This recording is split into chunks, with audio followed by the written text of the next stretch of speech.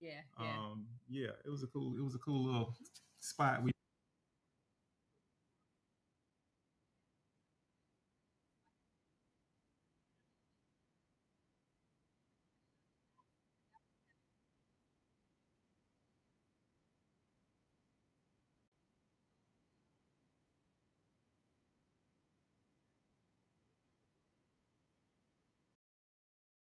one. Can y'all hear now?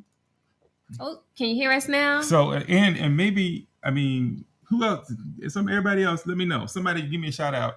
Give me a thumbs up. Give me a hey. Give me a heart. Give me a something Yeah, let us know if you can hear if us. you can hear, because we are Yeah, we've been going on talking and up a on. storm. Okay, cool. All right.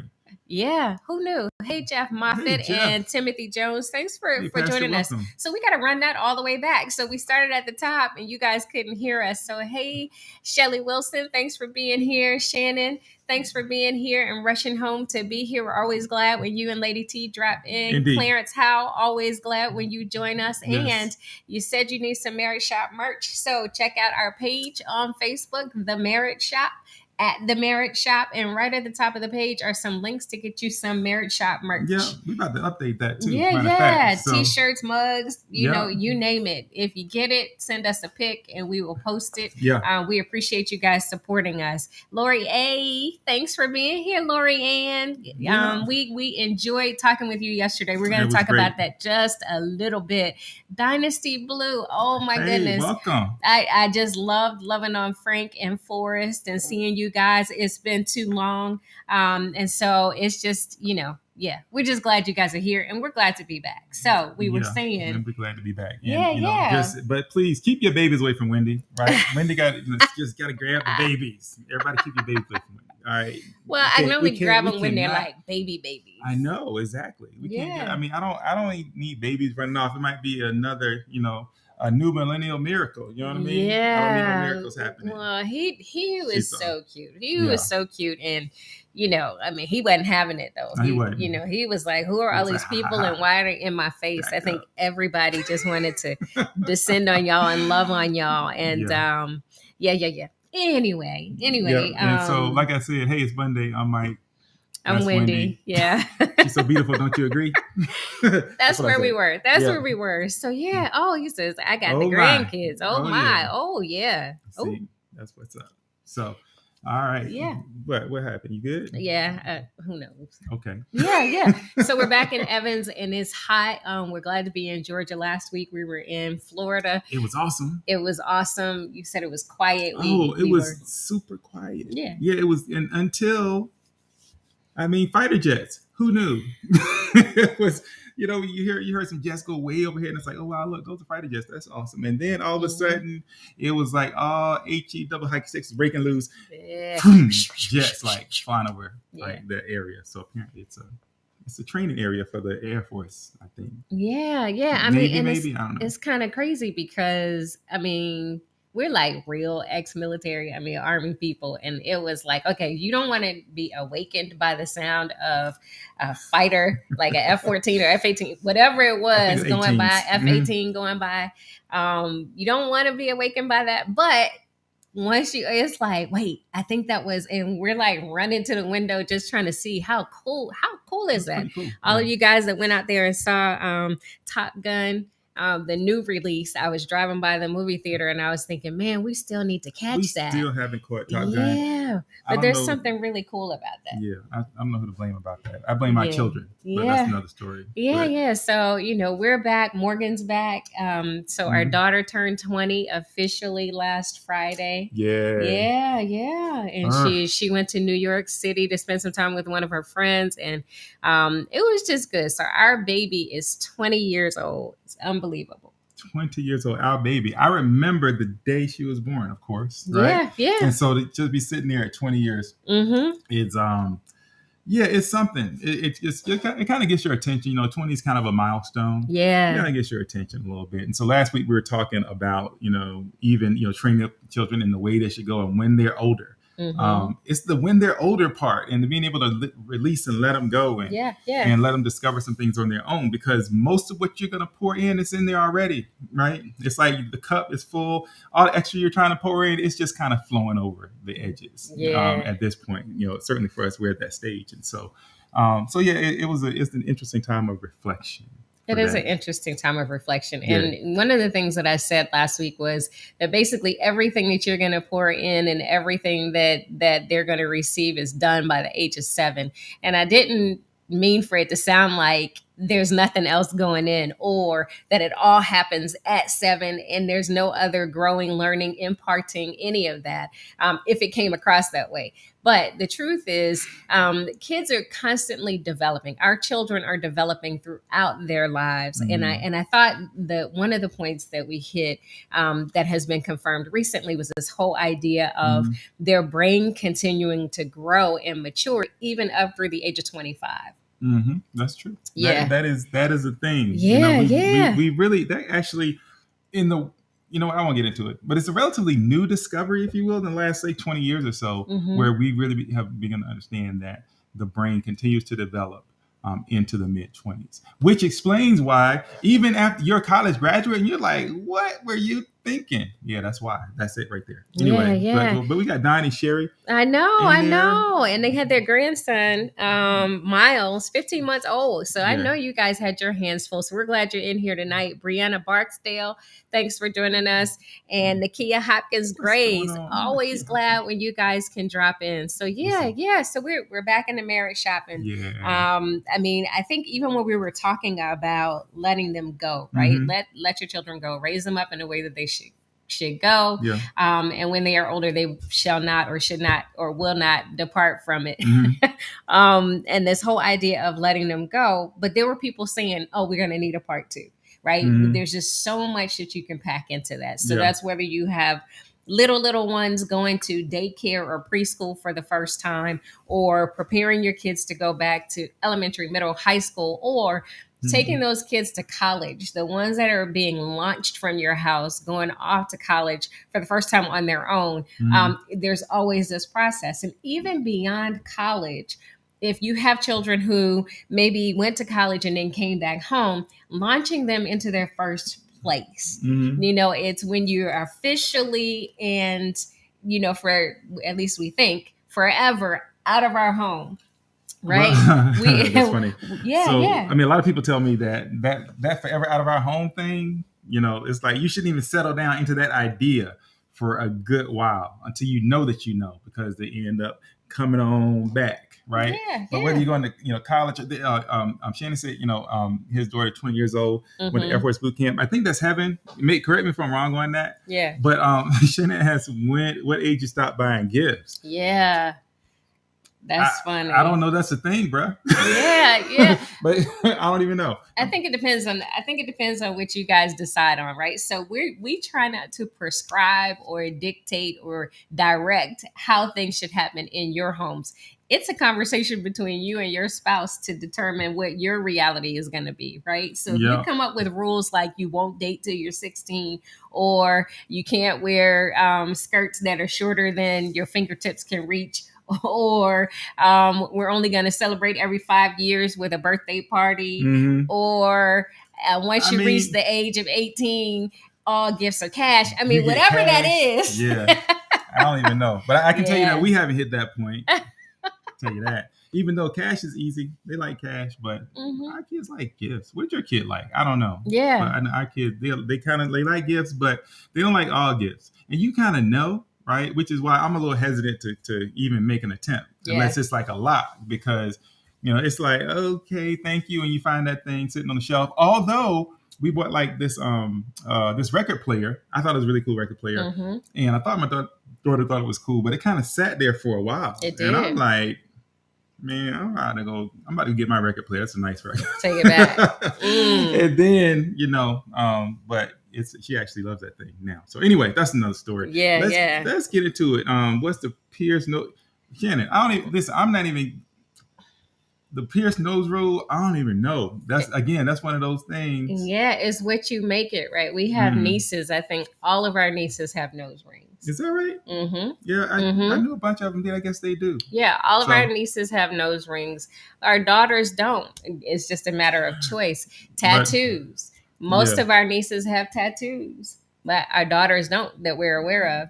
It's just kind of one of those things. It's kind of one of those things. So yeah, we didn't have a hard and fast rule on that one. Yeah, if they come on with that at this point, it's like, what you gonna do? I mean, they're like in their 20s at this point. I mean, they kind of make their rules. So, but tonight, we're not talking about kids tonight as much. But because we could go all day on that. Yeah, we could. But tonight we want to kind of talk a little bit about. It's kind of like we're talking finances a little bit, but it's not really a finance type thing we're talking about, because unless you've been living on an island somewhere with no Wi-Fi, no cell phone, no satellite TV, whatever, then that there's been talk about recession, about what the economy is doing. Yeah. After COVID, there was supposed to be kind of this rebound, and it seemed like there was, but there was all these downstream effects that began to catch up, right? And so there's a lot of things that the economy hasn't worked its way out of. And now all of a sudden, gas, and of course there's war, which always impacts things.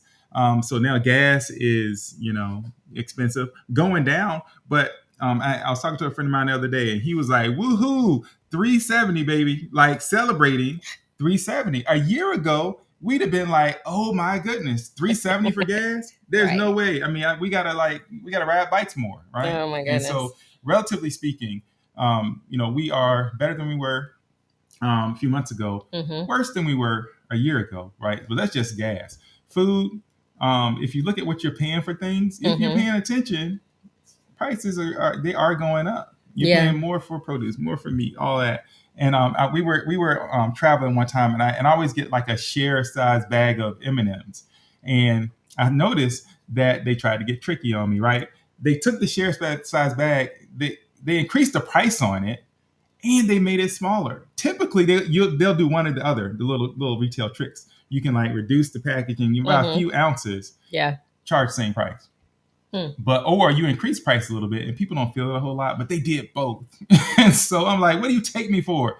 You expect me to pay like 20% more for 5 M&Ms? I think not. Yeah, keep that. Yeah. So that's anyway. It's interesting because we definitely feel it because we have a daughter that's in college. So we were talking about this whole school thing, and I just want to get this last comment in because Shannon was still kind of firing them in there, and he said kids don't know nothing about records. Well, we got an old school baby. She is all about soul. that vinyl. Yeah. So she has an appreciation for that. Yep. But then he says his daughter found out the hard way she has to wear all long sleeves and no nose ring in the Air Force. Yeah, they're kind of strict on some of those requirements, at least not in uniform, right? And so there's this whole idea of who you are when you're wearing your uniform and who you are when you're out of uniform. But once you're active duty or once you're serving, you're always serving. So it's not like, oh, okay, well, I take this uniform off, I could just be me. That's kind of, but not really. Yeah, not really. That's absolutely true. And speaking of being me, one more thing I forgot to say at the top. A couple of things, like the I was trying to decide. Some of y'all know, I was, I decided that I will go ahead and follow the Cowboys for another season. Okay, I just want to make that announcement.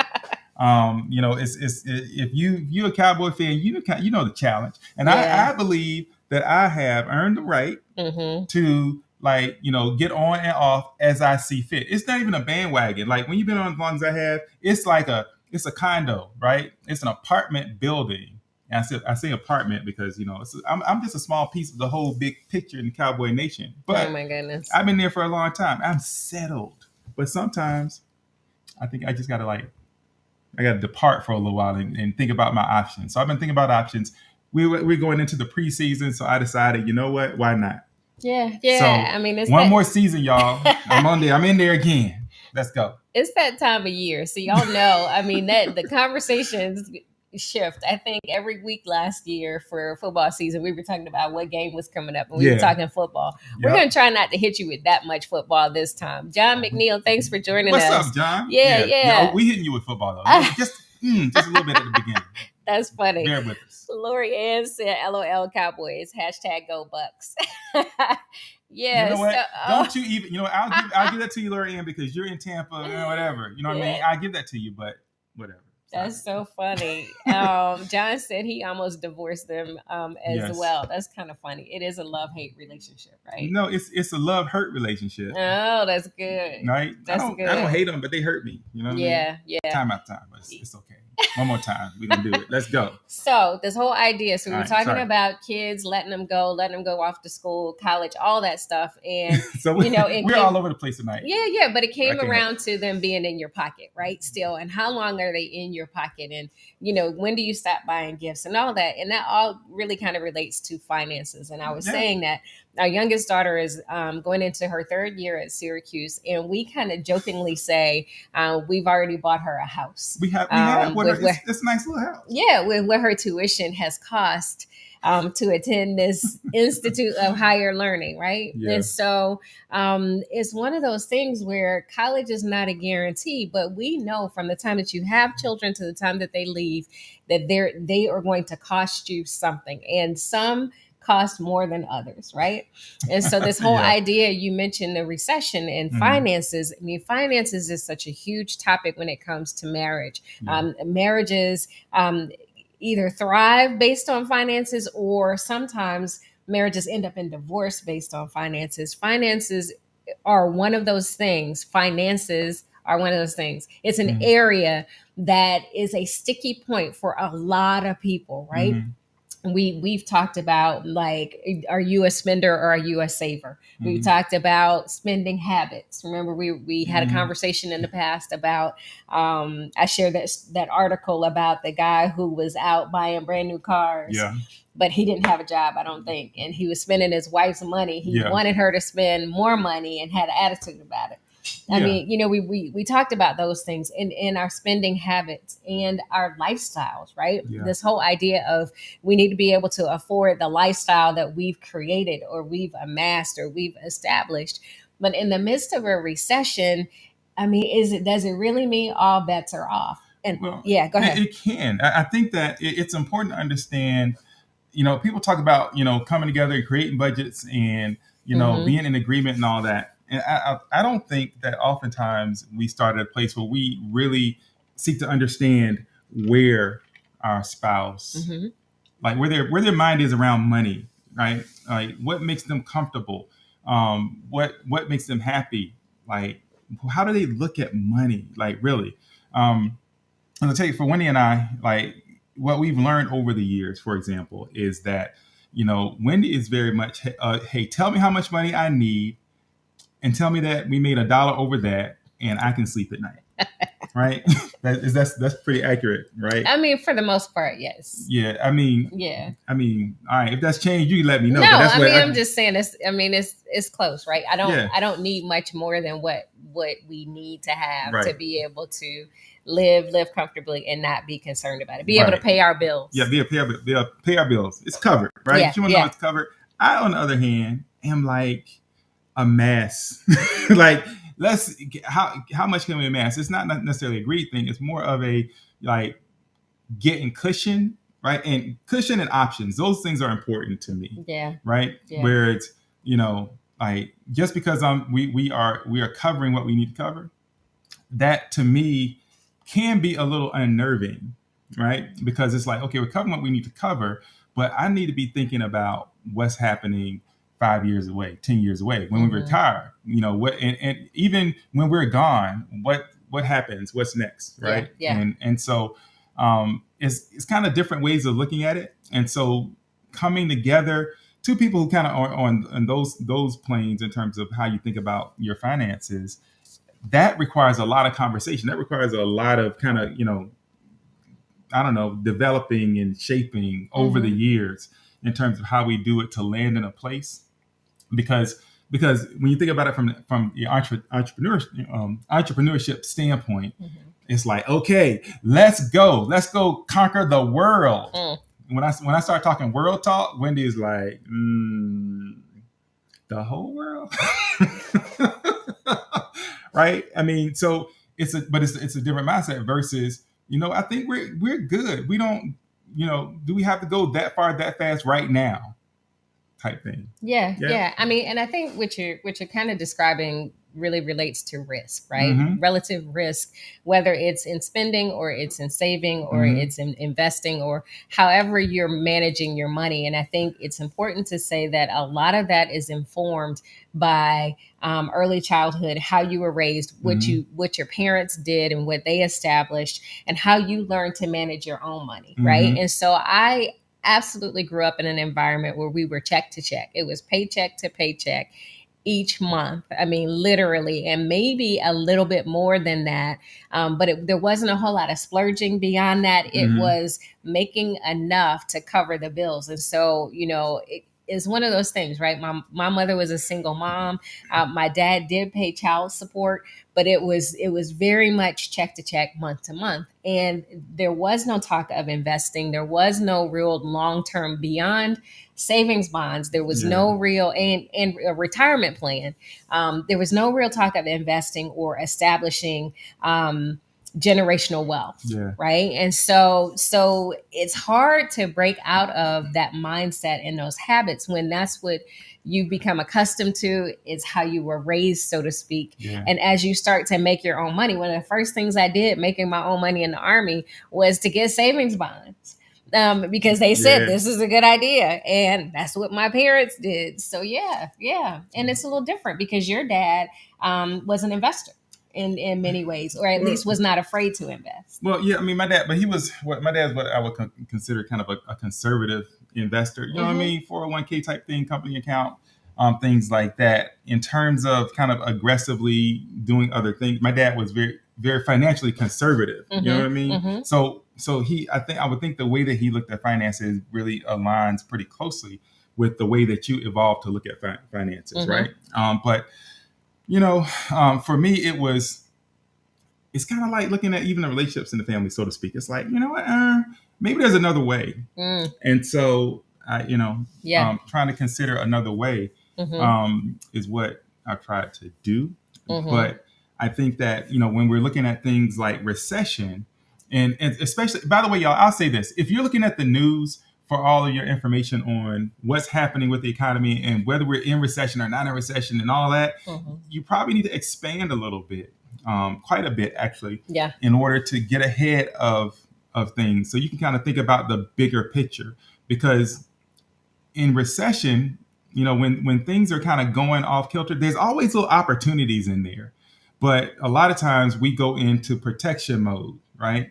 But the protection needs to be happening before you ever get to recession. When things are going great, we need to be doing things to set ourselves up so that we'll be okay. We have that cushion, and we Yeah. have the ability to take advantage of things. Like, say, when the stock market crashes, everybody goes running for the hills. Oh no, the stock market crashed. Well, if you're in position, maybe you can find some investments, Mm-hmm. right, at a really, really good, that are real cheap that you thought you were priced out of. But the stock market, the housing market, they all correct themselves every time. Yeah. They do, right? If you're around for the housing boom of 20, when was that? Mm-hmm. 2004, 5, 6, 7, in that Yeah. range. Yeah. Housing prices were out of control. We went to Maryland. Our house doubled in value within a year. Mm-hmm. It was crazy. What we should have done is sold that house. We were in the military. We knew we were moving. Oh, we Yeah. should have sold that thing. But Yeah. no, we held on to it because that's what you do, right? Yeah. You get your assets and you hold, and you ride it out. Maybe you do, or maybe you don't. You got to know your situation, right? And so in our situation, it would have been, hindsight, right? It's always hindsight. So when that hindsight kicks in, like right now, think about where you're positioned, right? And maybe what you need to do is different than what your normal reflex might do. You might have to fight against that normal reflex. But before you can make any kind of moves financially, as a couple, it really helps if you're in sync. And I know that a lot of couples are not in sync. I know it. I know both of you are kind of doing your own thing, living independent financial lives. You do yours, I'll do mine. I got my account, you got yours, right? And so if you're moving as two individuals, Mm-hmm. a lot of times you are like cutting your buying power, your saving power, your spending power, whatever, in half, right? Mm. Maybe not exactly, but there's something about being united, right, that allows you to move in ways that you cannot if you're not. And so a lot of you are not united because you first and foremost, you come at this thing about money just differently, Mm-hmm. right? Yeah, yeah. And I think really for us, we're not financial advisors, but we always encourage people to seek out the advice of Yeah. a financial advisor, Sure. regardless of where you are on that continuum, whether you're just starting out or you've been doing this for a long time or you're looking at retirement. There's so much benefit, and they're free resources. A lot of people do. Dave Ramsey, for Mhm. example, Financial Peace or those types of things. A lot of churches offer those resources for nominal fees. And so I say that to say that, in terms of how you go forward, what we're doing today is just really sparking the conversation, right? Yeah. There's this whole idea that even if you're coming from two different places, meet at the place where you both can agree, right? Where can we come together and at least be able to have a conversation about how we're managing our money? Yeah. How can we come to this in a non-adversarial way with no tension, or at least low tension, and just kind of talk about our financial health, right? If you've agreed that you're going to keep separate accounts and manage your money that way, or you have some bills and the other person has some other bills, that's what you've agreed to. And if it's working for you, then continue to do what's working for you. But it is necessary, just like we talk about marriage and kind of checking in and doing those health checks along the way, it's necessary to kind of check in periodically about your financial health as well, because it's one of those things that in a recession, or if a market crashes or something happens, somebody loses a job, it can be one of the most stressful things on a marriage. And none of us really needs extra or added stress, right? And so this whole idea of being in a recession right now, we knew this was coming. I mean, quite literally coming out of COVID, once we all felt a little bit better, and once we got to a point where people weren't wearing masks 24 hours a day everywhere they went, people were out there spending money. I mean, it was like spend it, spend it, spend it, spend it. Yay, buy this, buy that. Oh, we've been suffering. We were on lockdown, and now we're back. And a whole lot of money was being spent in a compressed period of time. We kind of knew that we were headed for a crash. Well, yeah, and I'm not trying to go all. Who is it? Is it CNBC? Who's finance people? I'm not trying to go all finance on y'all. MSNBC. But if you look at kind of because everything there's a bubble that's created. So people are out of work, not producing things. You all heard about supply chain. If you haven't heard about supply chain, well, I don't believe you. Because it's supply chain, right? And so people were out there, and people were getting sick, and shutting down, all that. So supplies ran out or got low or what have you. Next thing you know, people are out on the market buying up what's left. Then there's a whole, there's the chip thing. While your car dealership has like 2 cars on the lot, all that. So all those things, now things are just out of kilter. It's going to take a while for things to settle. And but so now, like finances, become an issue because things cost more. Even if you have money stacked up somewhere, everything's probably costing you more. And so it is really smart to talk about those things, because I think what most of us do is kind of go into default mode and we just live, right? We just go and we keep doing what we've been doing until we're forced to have a conversation. And generally speaking, when you're forced to have a conversation, tension follows. And when there's tension, it's hard to come to agreement on anything. Yeah. Right? I mean, you say forced to have a conversation. Yeah. Gerald Wilson, thanks for joining us. Angie Green, thanks for joining us. I'm glad you guys are here. There are circumstances that occur that force us to have the conversation, right? It's, whether we have more bills than money at the end of the month, or we want to do something really big, and we thought that we had saved up some money, but then somebody tapped into the savings and something unexpected happens, and it's like, where's the savings? Those types of things, that's real. It's like, I just kind of borrowed a little bit against that because I thought blah, blah, such and such. And then when there's really a need, or a huge need, like a medical issue or something that was unexpected, like I said, loss of a job, or a car breaks down, or something happens to your house, whatever it is, the advice is always to have something in savings just in case you have an emergency. But we sometimes tap into savings when it's not an emergency. The emergency is not, I needed something now. It's like, if there was a sale, so I needed to go ahead and tap into our savings. But whatever those mutual agreements are that you have, it does become important that if something changes, when something changes, that you're talking about it, right? This whole, even like losing a job. Sometimes people don't tell each other that a job was lost because they just want to find another job before the other person finds out. That's true. I mean, can we be a little bit real about it here? So like, there's all kind of advice out there, right? There's so many people that can give it to you. The question is, why don't we seek it out, and why is it so difficult to follow? For example, like generally speaking, the guidance is you need about 6 months of savings in the bank, 6 months of your income, right? That has been like since the beginning. For us, that has been like a thing, right? 6 months of income, it's a chunk, right? And I'm like, cool, 6 months, let's do it. But it's not that easy, because Wendy is just like, I don't know about that, right? I'm like, what's there to know? That's the guidance. Let's go. But that's kind of been a thing, right? And so, for me, it's been a thing of, okay, is that the hill I want to die on, so to speak. Right. And sometimes I'm like, yeah, let's go charge it. But it's been something where I think our conversation has evolved, and what we do has evolved. So maybe we haven't gotten exactly where I want to get in that respect, but we have gotten somewhere, and we've done some things and made some decisions that I think are really good financial decisions. Right. And so it's a matter of me for me, I had to get from that either or, all or none type thing. Mm-hmm. Fair? Yeah, I think that's fair. I think that's fair. I mean, understanding that one of us is kind of a more of a high risk person and one of us is more of a conservative person when it comes to spending, investing, and determining how we're going to invest going forward.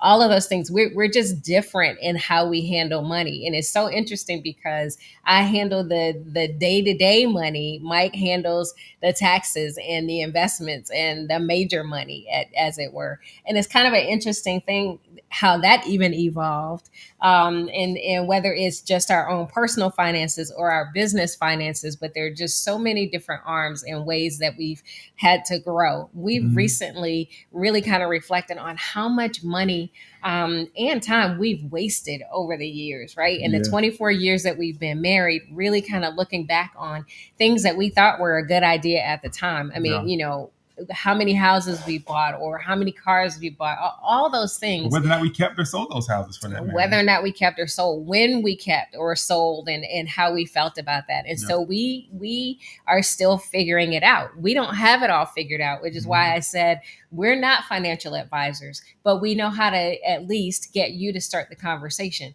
So one easy way to start this conversation is just to sit down and talk about how comfortable you are with talking about money. I mean, can we have a conversation about our money that is not strained or contentious or heavy or hard? Can we do that? That's really kind of where you can start, because often, like you said, there's something that urges us. There's some sense of urgency around an event or an issue or a problem that then necessitates a conversation, and you want to do it, you want to have it before you get to that point. So what do I mean by that? Well, when one person is pointing the finger at the other person, this finger at the other person, accusing them of doing something or questioning spending. The quickest way to get into an argument is to question spending. Why did you spend? What did you spend? How did you spend? Fill in the blank. And we didn't talk about it. We went through a phase where we were like, okay, if either of us is going to spend more than, was it $500? Yep. More than $500, that necessitates, it requires a conversation. We need to check in with each other for some accountability before the $500 is spent. I mean, that was a phase. We kind of went through that. It has changed over the years. Yeah, I don't know. I don't think I changed it though. I think I was like, "Hey, are we doing that thing?" Again, maybe not. I don't know. Yeah. But I think it is, and I think that's it kind of fits somewhat in line with Angie Green's question about how you begin the conversation when the funds are not together. I think it's important to understand why the funds are not together. And so, what are we talking about? Are we talking about maybe merging them, talking about the value of potentially doing that, the benefit of doing that? Are we talking about the risk of potentially doing that? Why we're not doing it? I think that it's really important to, whatever the situation is, to actively discuss what's really going on, right? To not tiptoe around it, but to really be able to talk about, why we are doing what we're doing and intentionally doing that thing. Yeah. Right. You may have heard us, if you've been listening to us long enough, you may have heard us discuss this idea of merging finances. And, in our, at least for our situation in our lives, we think that is the way to go. To really kind of combine your make things collective if you have two incomes in order to do more together. Right. Now, some people have said, nope, not doing that because, one person is unrelenting and unwilling to shift and adjust in whatever way the other wants. Yeah. And so they've decided the best thing for us to do is to keep those separate. All right. But if you believe that it might be a benefit, then I think it's something to talk about. And if you've been fighting the same battle for years and years, and a lot of people have, maybe if you emerge, maybe it's time to talk about how you better manage that, right? But I think my perspective on, bringing finances together versus not has been based on a history of seeing people keep those separated because everybody they want their own piece. They want, I don't want to have to answer to you and all that. And my thing is, if that's the reason, if you're a married couple, like, you answer to each other. That's part of the deal with being married, right? There should be no secret about where things are, how we spend, what we make, and all that, right? It's not a matter of, hey, come on to the pay window. Here's your chips. Go about your business. I think in marriage, it is a combined thing. What you're doing, the two of you are one, and so if the two of you are one, how are you financially separate? Yeah. And so this whole idea of having the money separate, there are a couple of perspectives on that, but I will say this, whether or not it's, I want to hold on to mine or protect mine, which we've heard that certainly from couples. It's the other idea is, if I'm the primary breadwinner or I'm the only breadwinner, then I dictate how the money is then spent. And I want to kind of challenge that a bit in terms of, if there is a primary or singular breadwinner in the family, the one person who's bringing all the money in, I think that we need to look at it through the lens of, it's possible for you to bring the money in and be free to do so because that other person is holding it down at home. Right. And so it's not that they're not doing their part. They are absolutely doing their part. But everything that we do in this marriage, we're doing together. It's not about, if you win, you win. If you win, we win.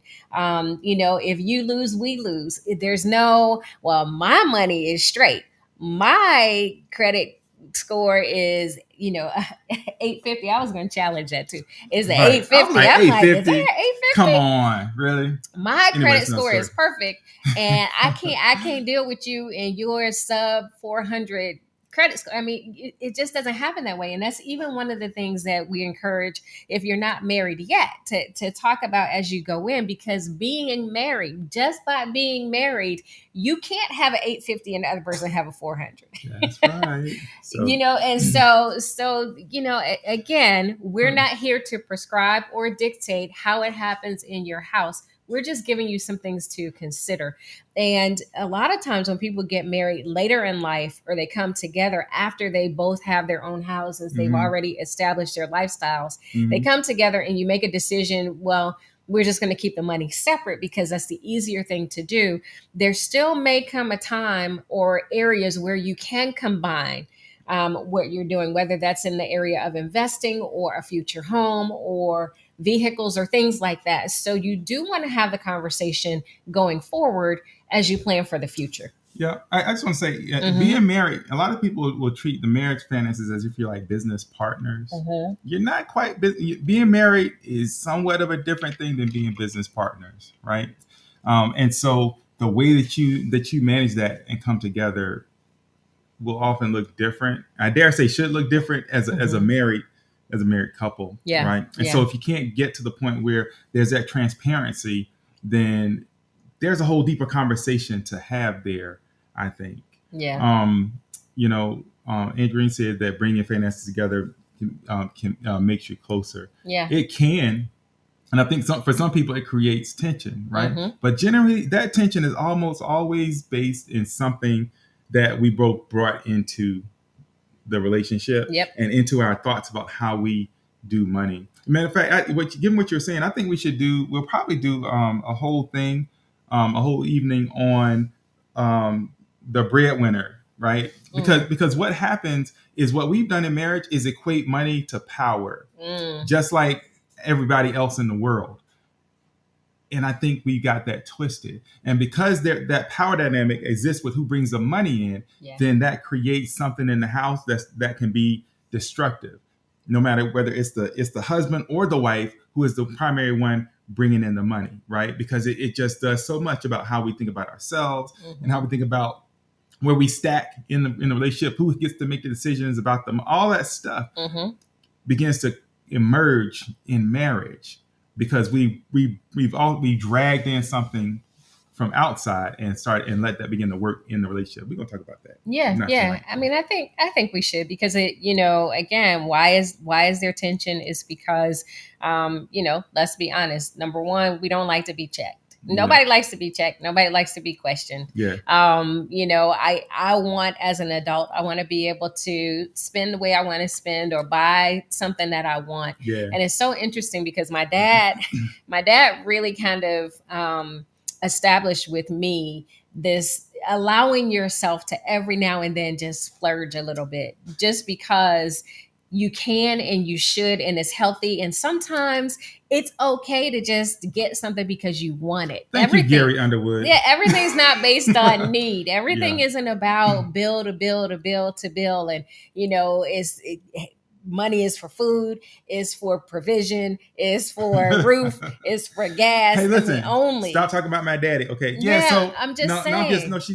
You're right. I mean, I think that's something that I actually had to learn. Here's the irony. It's crazy about how we came together, because when we came together, my first credit card was a Sears credit card. Some of y'all know what I'm talking about, right? Because Sears, they would give you one really early.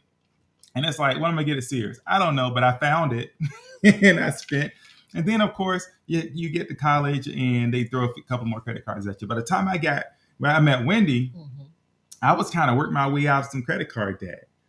and Wendy was like, doing some investing stuff, right? Yep. And so I'm like, listen, and when I knew this was real and this was serious, I'm like, okay, that's what you got to know about me, right? Got some bills that I'm trying to work my way through. So Wendy walks into the marriage kind of knowing that I got this mound of credit card debt that I'm trying to work down. Yes. And we talked about that like way early. Way early. I mean, it's kind of, that's in the conversation of HIV status. It should be those really, really first initial conversations of, everything. If I believe that there's a chance that you are going to be my long-time partner, then there are some things that we need to talk about up front. Yeah. STDs, HIV status, credit score is one of those. Yeah. And whether or not you go to church. I mean, we're a faith check, right? Those are just some things. And then it evolves, right? Do you want kids? These are all dating conversations. Yeah. Or did you date her? What about her? Right. Ooh. We had those conversations too. Well, we need to talk about that one night. Oh my God. Okay. Yes. So, but what I'm saying is those were not conversations that we waited until we were married to have, because those are important things that really give you insight into what you're getting into. And then you can make an informed decision about it. No one wants to be surprised by credit debt, health issues, exes that nobody talked about, like fatal attraction type exes. Nobody wants to be surprised by those things as you're walking down the aisle or the next week, right? No, that's 100% true. And so, I mean, and I think as I think about it, I think it having those early conversations, it didn't mean that we didn't have tension in later conversations. I think it created the ability for us, though, to have those conversations later on. Sure.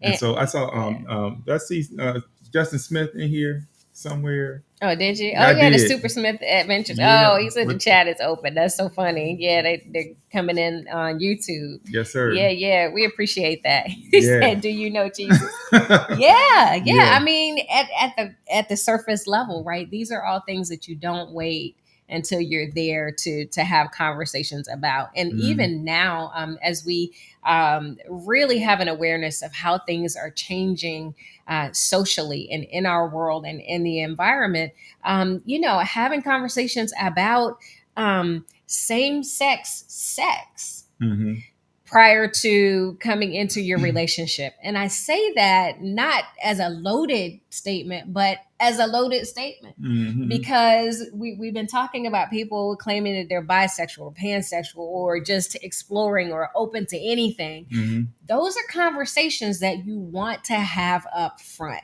right? You don't want to find out on your wedding night getting phone calls that there was a sordid past, right?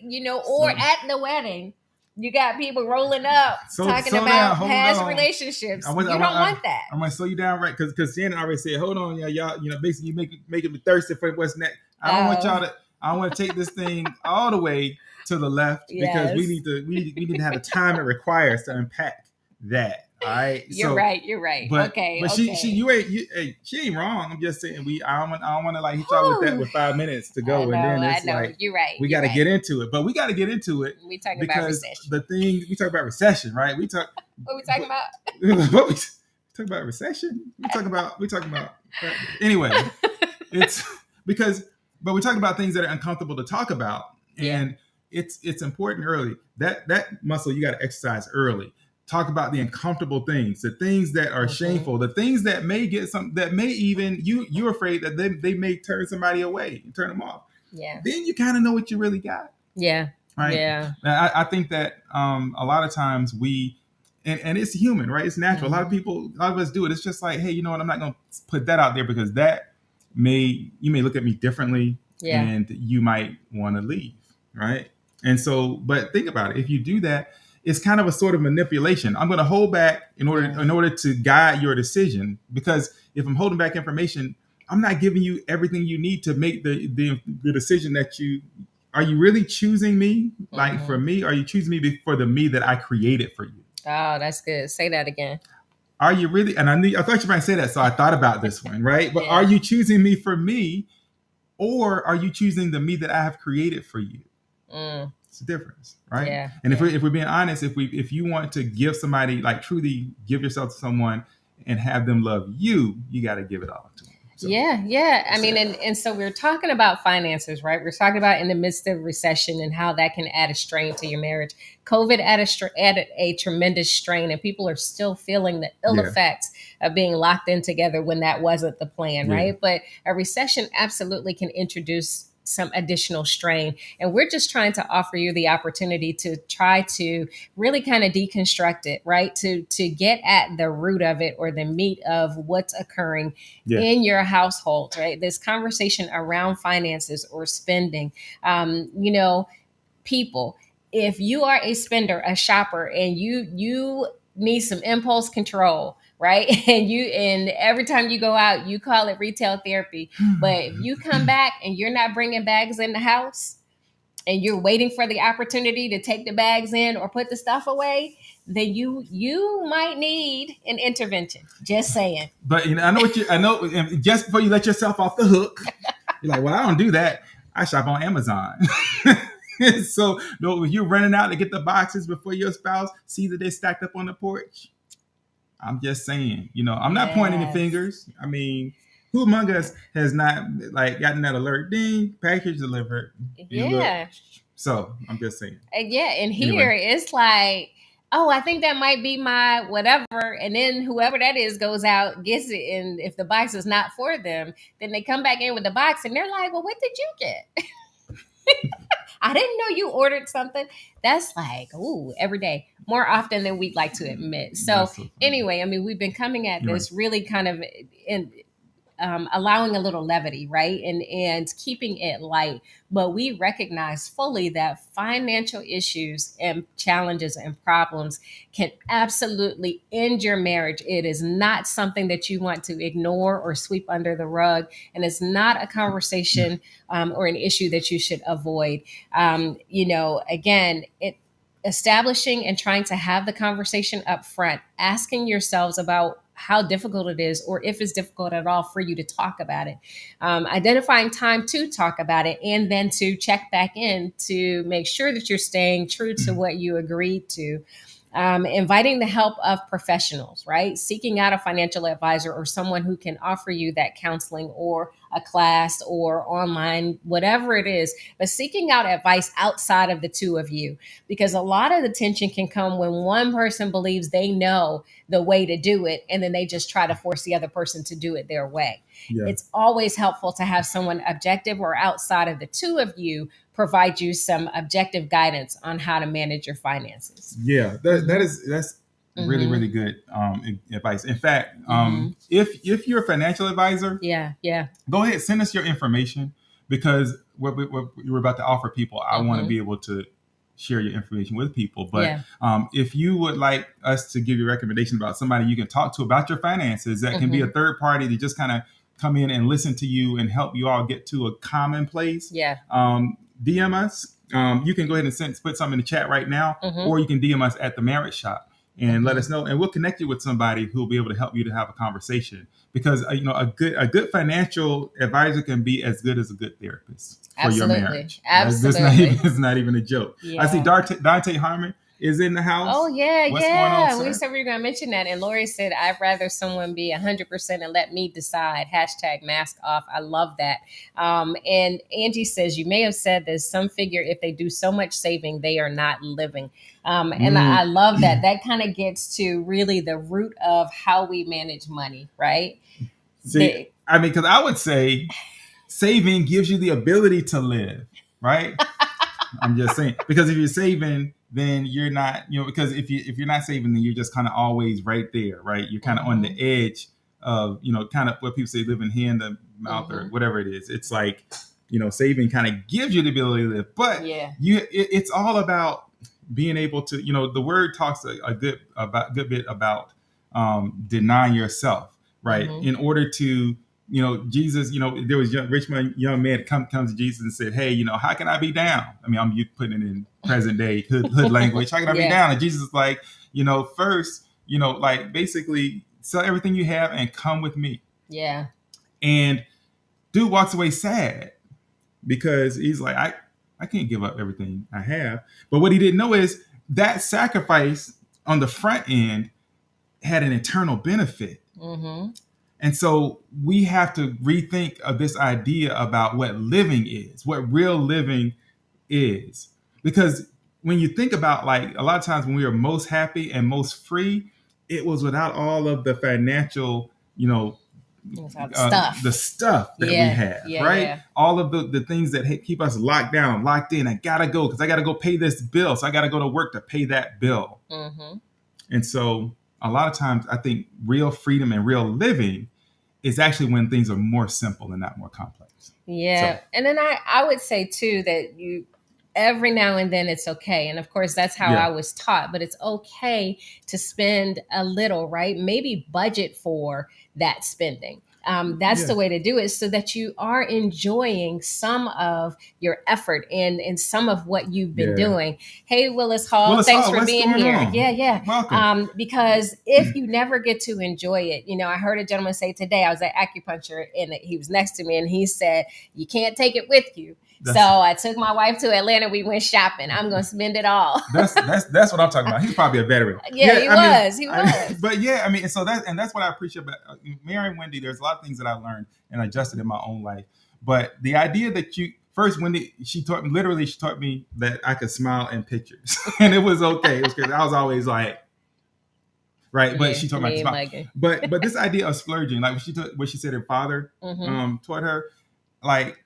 Every now and then you gotta, as Shannon alluded to earlier, kind of take a cheat day or program in a day where you can just go and just not have to worry about looking over your shoulder. Yeah. Really important, right? Because it can't be about, say you can't be on, what was it, Scrooge? Every single penny, tuck it away and never spend anything either, right? You have to be able to enjoy sometimes, and that's okay. Yeah, so, the cookie jar money, right? Put it away so that you can go into it and spend it on yourself. So we said we were going to mention that yesterday we were invited to share on a platform yesterday, and we shared it on the Marriage Shop page and in the Win Book Club, and in a couple of places we were talking about narcissism. And so we had the opportunity to be with Lori and Dante and who was that? Why can't I think Valerie. of her name? And Valerie, yes. And it was a great conversation. And so a lot of people want to have conversations around this idea of narcissism or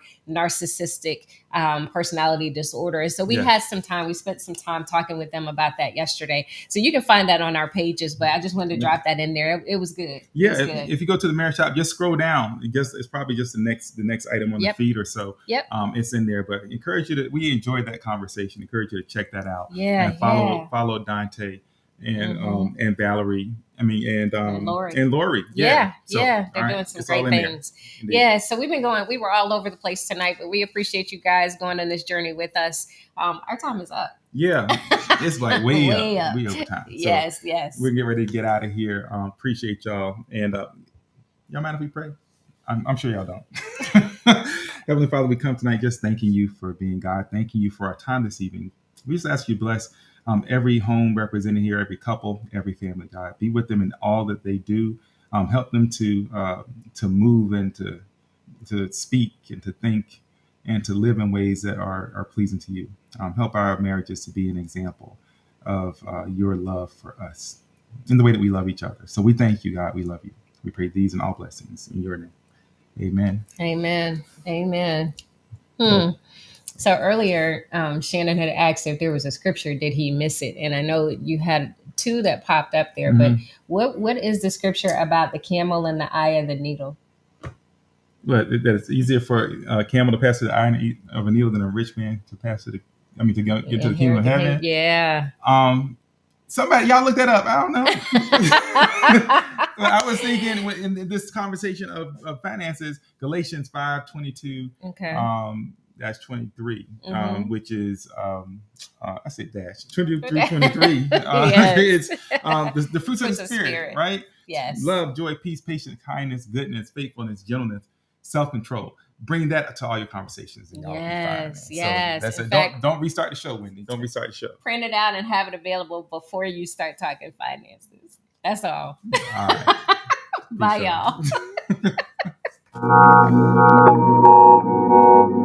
Oh yeah, oh yeah, oh yeah.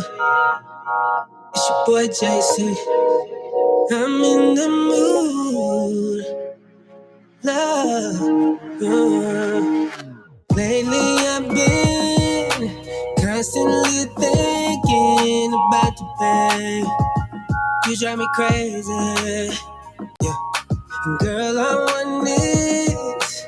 Got me all up in my feelings. Oh, what a feeling, yeah. I knew the first time I laid eyes on you that you would be here forever.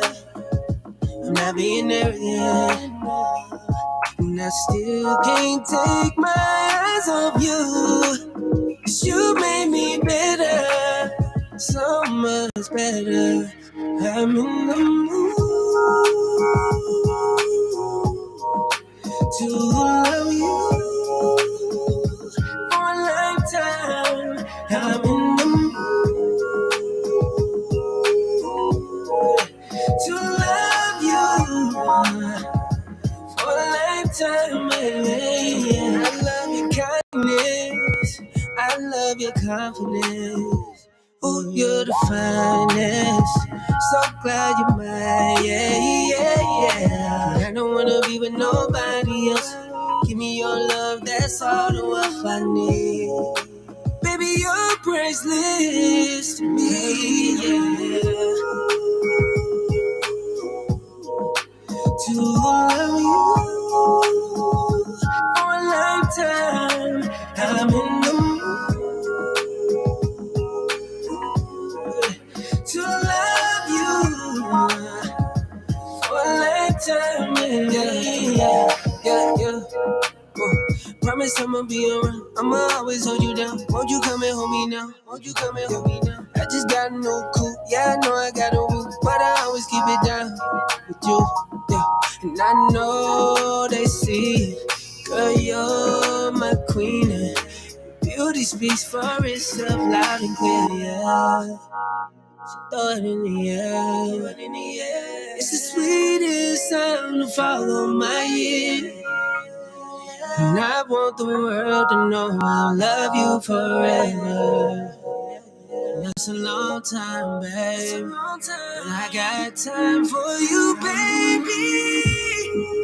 I'm in the mood to love you for a lifetime. I'm in the mood to love you, yeah. For a lifetime, baby,